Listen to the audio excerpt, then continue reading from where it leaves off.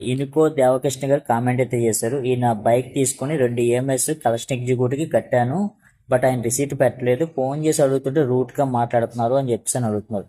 So మీరు ఈ problem solve చేసుకోవాలంటే మీరు వెహికల్ ఎవరి దగ్గర అయితే కొనుక్కున్నారో, అంటే సేల్స్ ఎగ్జిక్యూటివ్ దగ్గర తీసుకున్నారు కదా, అతనికి దగ్గరికి వెళ్ళి మాట్లాడండి ఇలా జరిగిందని, అతను ప్రాబ్లం సాల్వ్ చేస్తాడు. లేదంటే మీ దగ్గరలో ఉన్న ముతూట్ బ్రాంచ్కి వెళ్ళి ప్రాబ్లం చెప్పండి, వాళ్ళు మేనేజర్స్ నెంబర్స్ ఇచ్చే అవకాశం అయితే ఉంటుంది. అండ్ ఇంకోటి ఏంటంటే మీరు ఫోన్పేలో కట్టుకోవచ్చు ఈఎంఐస్ అనేవి.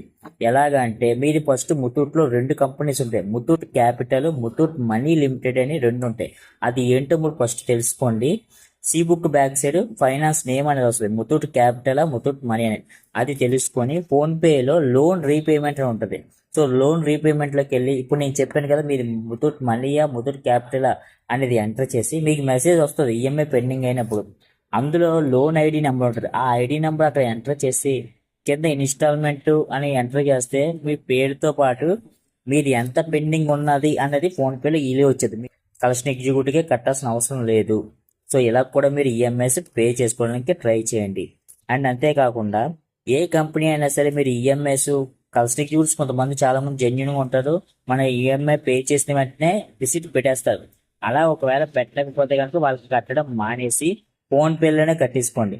ఫోన్పేలో లోన్ రీపేమెంట్లోకి వెళ్ళి ఇప్పుడు నేను ఏ విధంగా చెప్పిన ఆ విధంగా ప్రతి కంపెనీకి కూడా మీకు మెసేజ్ వస్తుంది, ఏ నెంబర్ అయితే ఇచ్చారో ఆ నెంబర్కి. అందులో ఖచ్చితంగా లోన్ ఐడి నెంబర్ ఉంటుంది.